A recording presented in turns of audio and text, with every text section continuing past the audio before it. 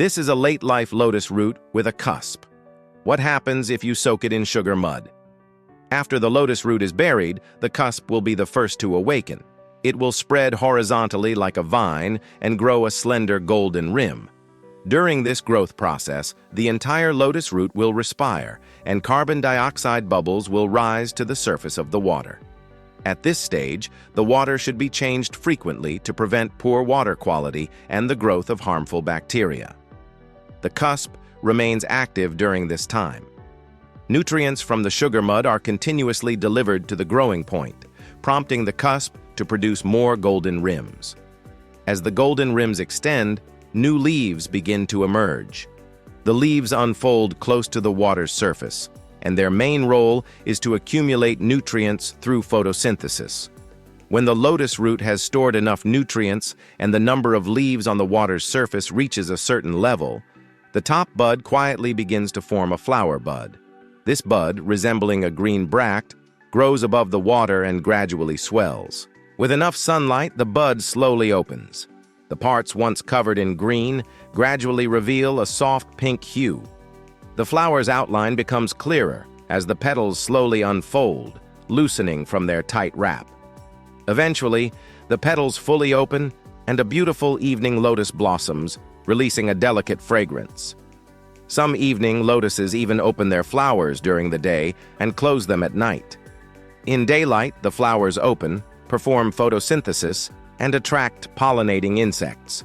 At night, to protect against the cold and insect damage, the flowers close again. This is a natural growth pattern. Evening lotuses can bloom easily when grown from lotus root cuttings, but most people grow them hydroponically from seeds. So, how do you grow them correctly? Once you have evening lotus seeds, first make a small crack in the hard outer shell. This tiny scratch acts like a window, letting water enter faster during soaking. It allows the seed to reach a restful state and begin germination smoothly. By the 4th day of soaking, the golden shoot will grow to about 5 centimeters. During this time, change the water often. If left too long, the seed coat will shed bits, bacteria will grow, the water will smell, and growth may be affected. By the 8th day, the shoot grows taller and stronger. If you take it out, you'll see many small shoots sprouting from within the seed. At the tip, a leaf has already formed, though it remains tightly wrapped. By the 15th day, the leaf has fully unfolded.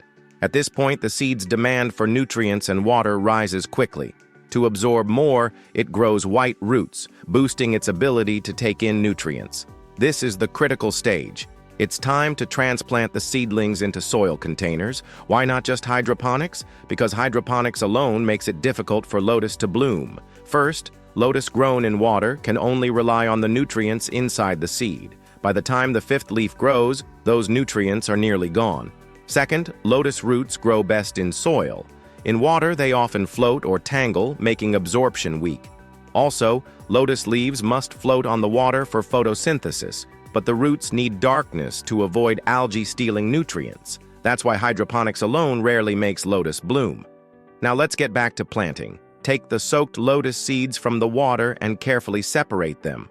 If not, the roots and golden shoots will twist together like dough, which is bad for growth. Prepare the planting container. If you have both small and large pots, use the small pot for planting. The large pot is less demanding. Add some sand or sugar clay into the pot. Bury the rooted lotus seeds, just enough to cover the roots. The golden shoots and leaves should stay above the soil. When adding water, make sure the leaves float on the surface. When using a small pot, many people also try the small pot in a large bucket method. This means placing the small pot directly into a larger container of water. This makes blooming easier because the larger bucket protects the soil in the small pot from outside disturbance and keeps the temperature more suitable for lotus growth. Once all this is done, you simply wait patiently for the bloom. These planting steps are not difficult. Follow them carefully, and soon you'll be enjoying the beauty of a blooming evening lotus at home. That's all for now. I hope this helps you. See you next time.